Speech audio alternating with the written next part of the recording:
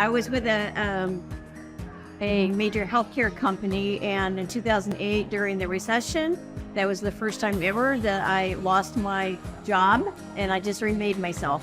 In 2015, I was introduced by a colleague to the book Rocket Fuel. That was the pivotal point for my business. I knew exactly who I was at that point. The words of the Integrator just jumped off of the pages to me. My heart skipped a beat. I knew that I was an integrator, and that was where I needed to move my business model to. I want to change lives. I want to use the gifts that God gave me to change lives in business. When Rocket Fuel was introduced into my world, and I became an integrator, it was just the perfect opportunity for me to come alongside of Visionaries and be able to grow them and support them in business in ways that they were not able to on their own.